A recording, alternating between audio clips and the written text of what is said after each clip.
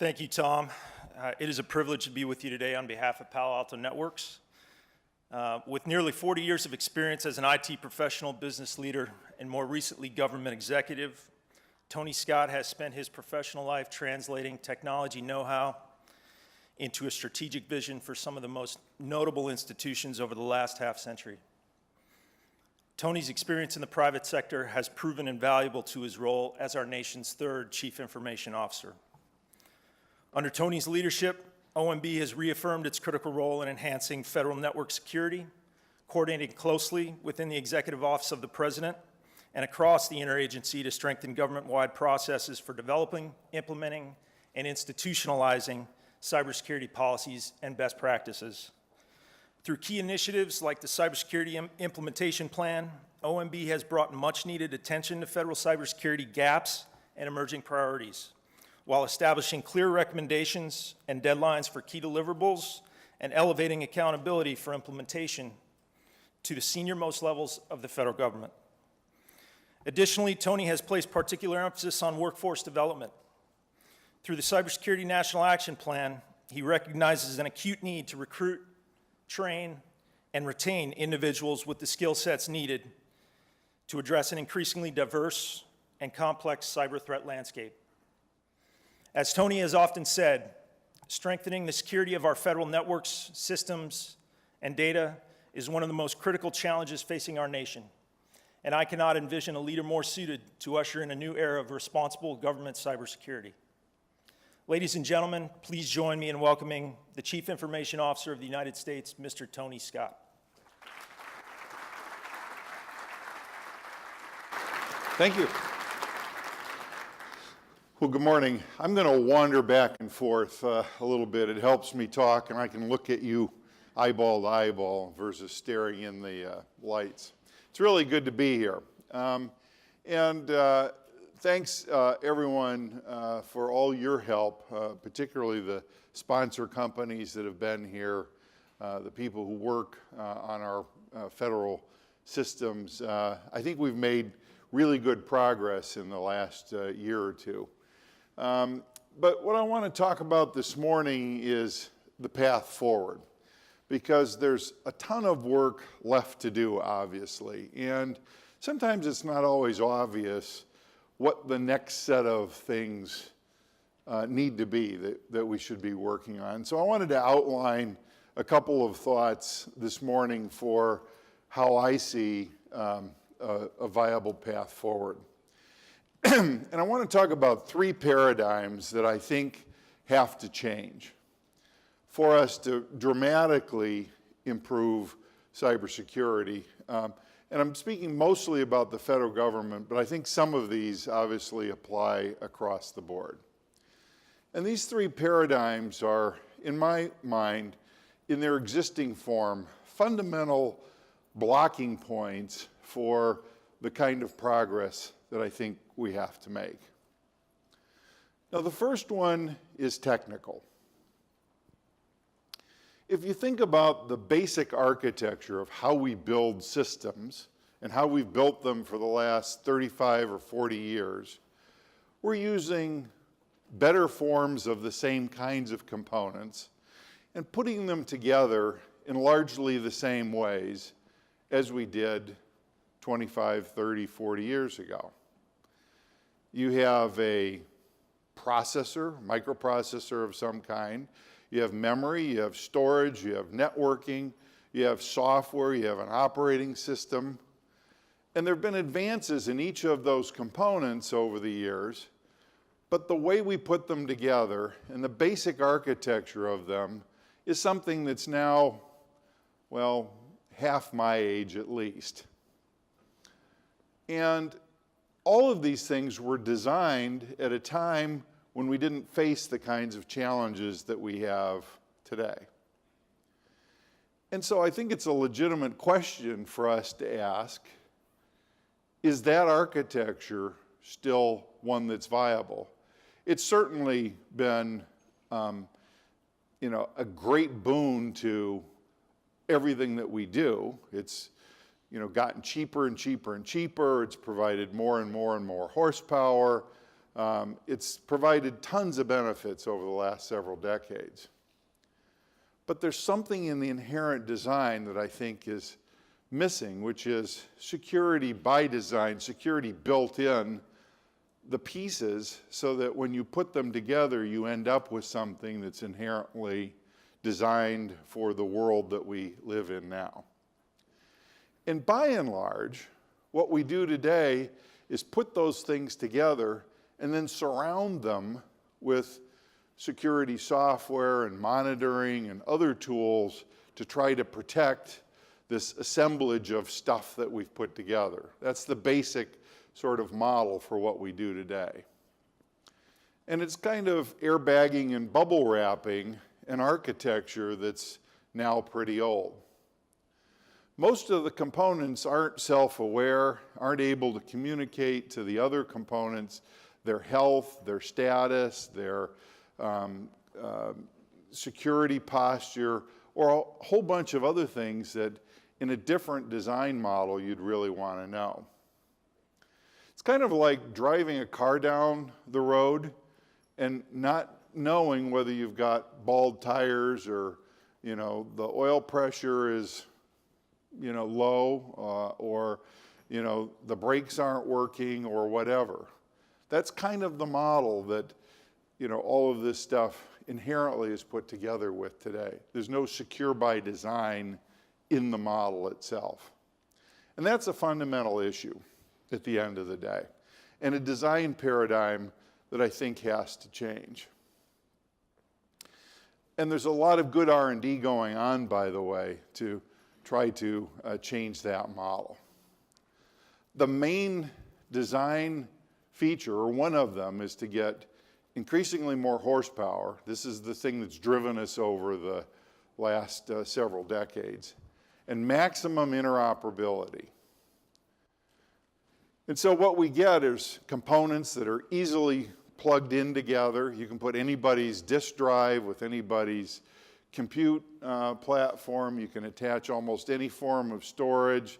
Because of really well-defined and well-implemented standards, everything works together really well in most cases. When I first started my career, there were all kinds of incompatibilities, and the only way to determine whether something was going to work was to do exhaustive testing. We don't do that anymore. Interoperability is a given. But what's not a given is the other side of the question, which is, should I interoperate with that thing that I'm attaching to, that storage, that other compute engine, that other network fabric, that other whatever it happens to be? And that design paradigm is something that ultimately has to change. So that's number one. That's the technical one. There's, in the federal government, an organizational one. And you see this in many other parts of the world as well, in private companies and so on. And that's the organizational paradigm that says, we're going to set up our systems, we're going to organize how we do work in IT based on the company's org chart.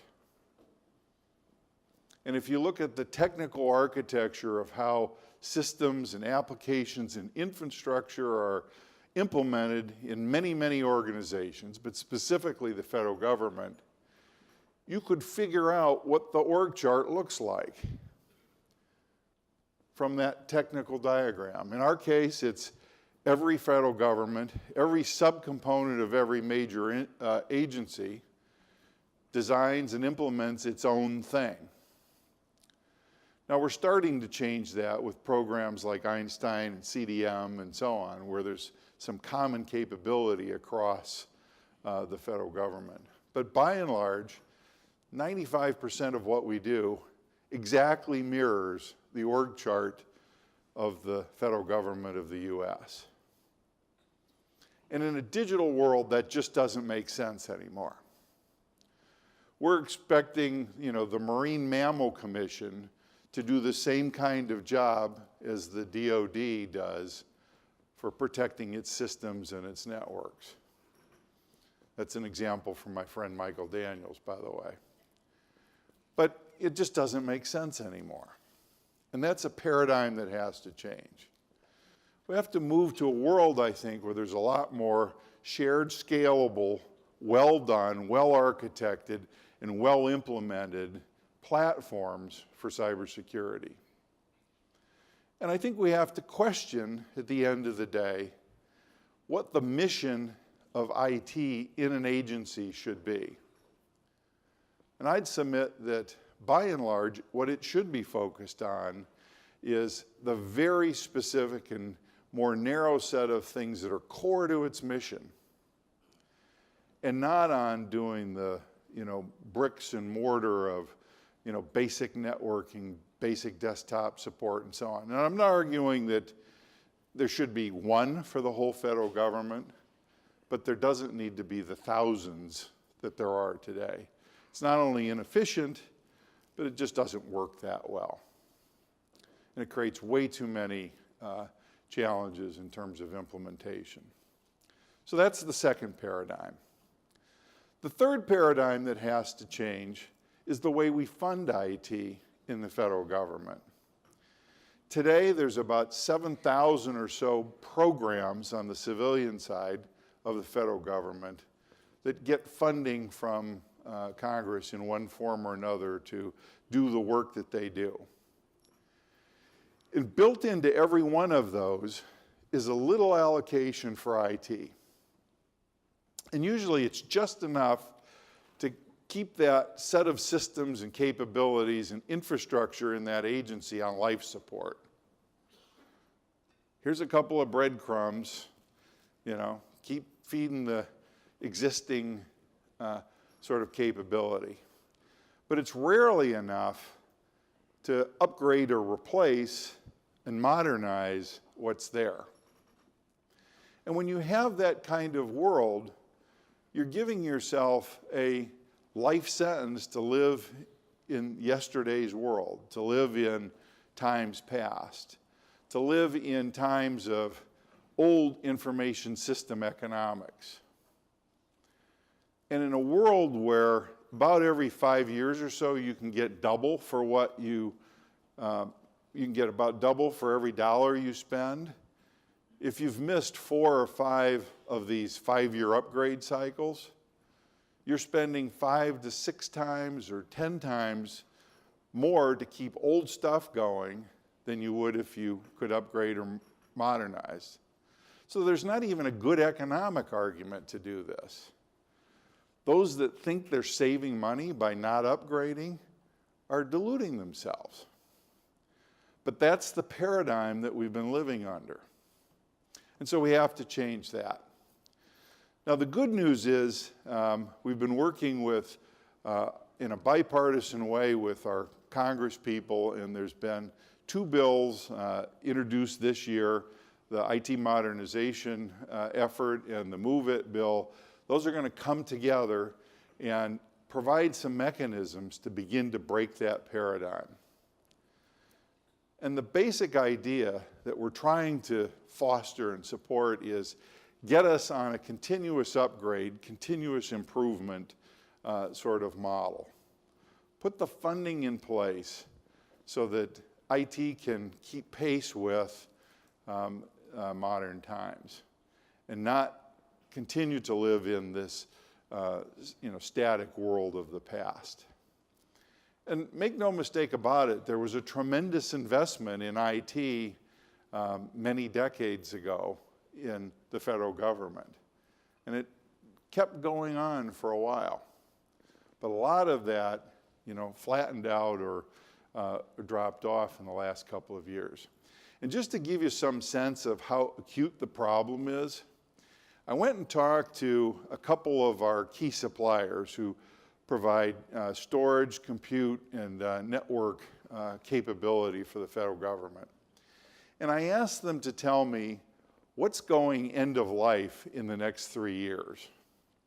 And the way they measured it is they looked at what the federal government is paying maintenance on right now, that in the next 3 years would go end of life, meaning there's no longer patches for it, spare parts, or the ability of the company to support those platforms. This doesn't include software. This is just hardware. And in the next 3 years, we're going to have about $7.5 billion of IT stuff in the federal government go end of life. That doesn't count the stuff that's already end of life, which I think is more than double that number. And it doesn't include software, which is probably a doubling again. So there's a tremendous corpus of stuff out there that's end of life, hard to support, hard to secure, and we need to change the funding model to allow that to be, swept up, spring cleaning, get it out of here, upgrade, modernize. And what we don't want to do is just do a lift and shift and replace it with just a more modern version of the same stuff. What we want to do is make sure that what we're replacing that with is modern architecture, cloud-based, more secure by design, and frankly, more capability. And so these two bills coming together aim to support a funding mechanism across the federal government that more ably allows that to happen.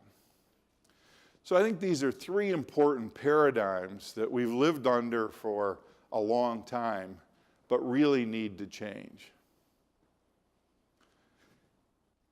All of this has an important impact on cybersecurity, because the amount of money we spend on protecting old stuff, I think, could be better spent in a more efficient and, frankly, a more effective way with more modern, scalable architecture.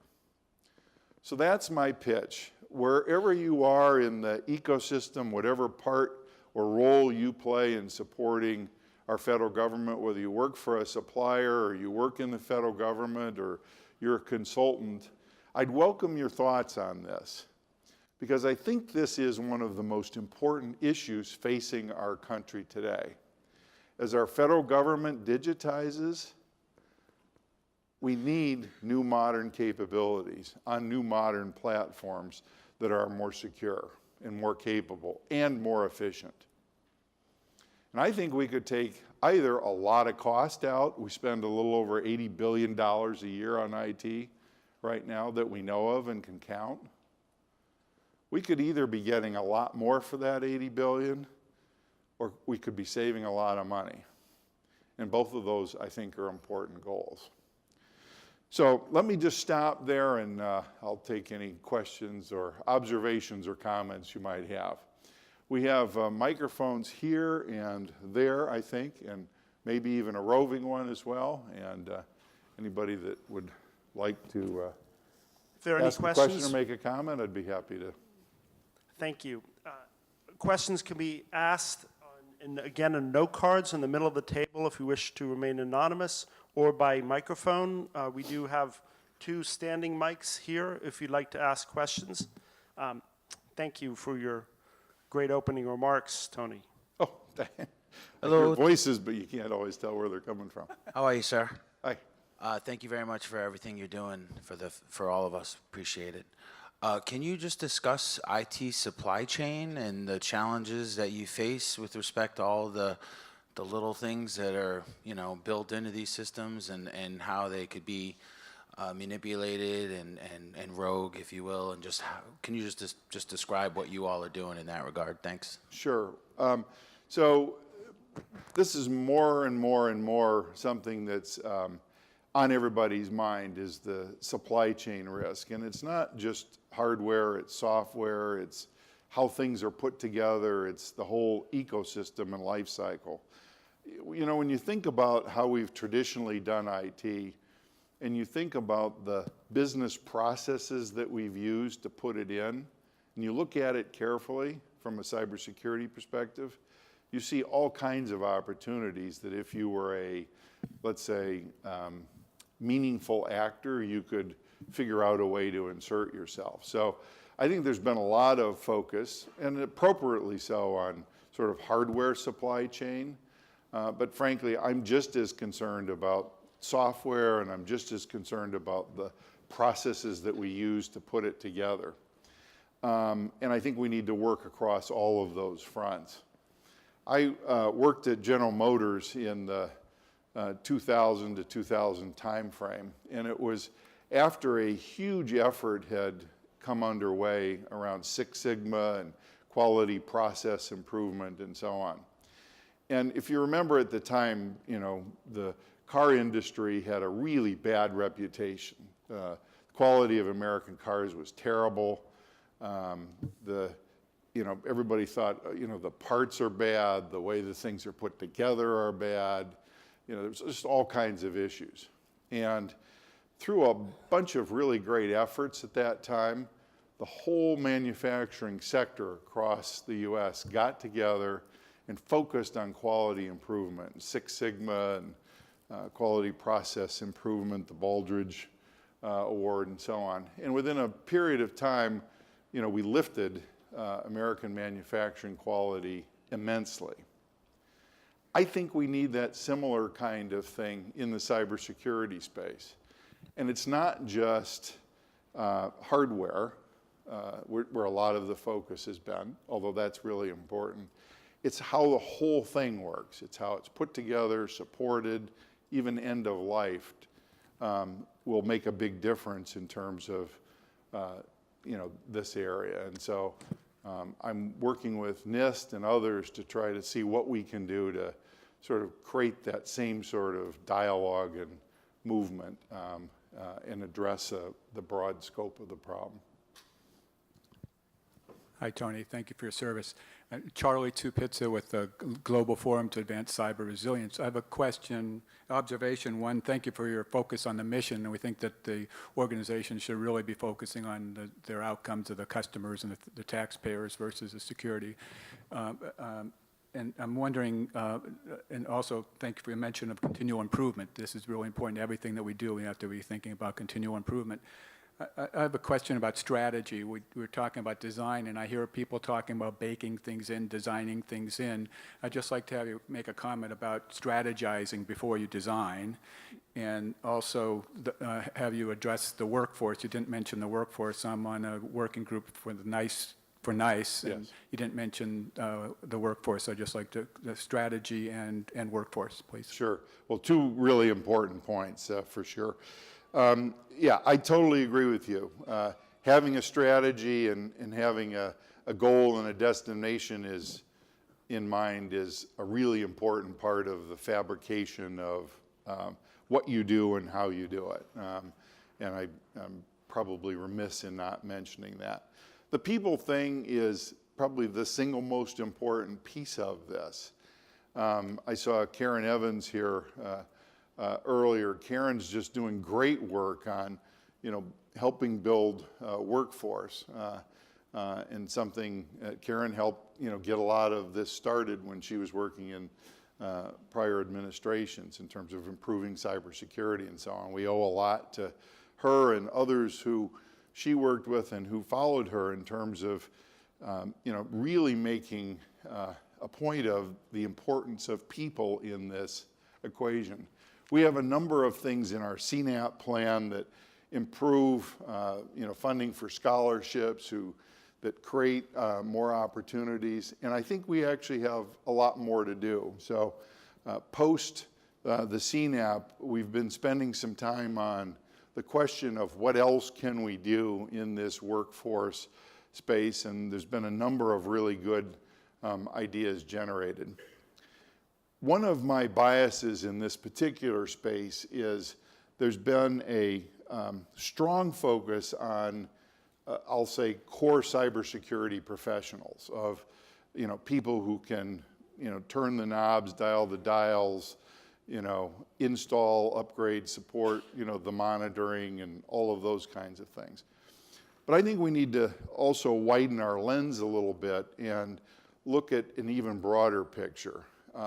And it starts with, you know, just end user awareness, which is a people issue, and goes all the way to other things like, you know, having people who are, say, economic specialists who understand cybersecurity, or, you know, human behaviors who understand cybersecurity, or people who understand marketing and really understand cybersecurity, or people who are familiar with other cultures and other ways of living in other parts of the world and who understand cybersecurity, and people who know things about organizational change management and understand cybersecurity. And by putting a group of people together that have multiple skills in multiple areas, we'll end up addressing a broader surface area and I think do a better job of affecting an outcome that we all desire. So a lot of our efforts right now are thinking about not only that core piece, but also how you get more around the edges or around the other surface areas. So that'd be my comment there. But we can probably never do enough in that space is the other answer. Great. Anybody else? Okay. We do have a couple questions by no card. I'll just ask one more if Sure. you don't mind, Yeah. and then I think we can wrap. Thank you. With new technology and architecture come new best practices. The question is, and what investment is being made to train IT operators in these best practices, and who's responsible for certifying them? It's a great question. Today, the responsibility is in every federal agency, the responsibility for training and education and so on. But that's part of the sort of organizational paradigm that I think has to change. I think we can probably do a better job if we put our resources together and develop better training and opportunities for upgrading people's skills and have agencies participate in that versus every single agency having to figure out on its own. So that's one of the sort of parallels or corollaries to the organizational paradigm. Some really do a good job, and there's even some small agencies who've done a really good job, but let's leverage the best of what we have and leverage that across the federal government. Well, thank you for your attention and thank you for your support. I think you're going to have a great day here, and I want to thank all of you for your help in improving the nation's cybersecurity. It's a big challenge. We've got a lot more to do, but I think we've got good momentum, and it's dialogues that we can have at places like this that will help us move the ball. So thank you very much. Thank you.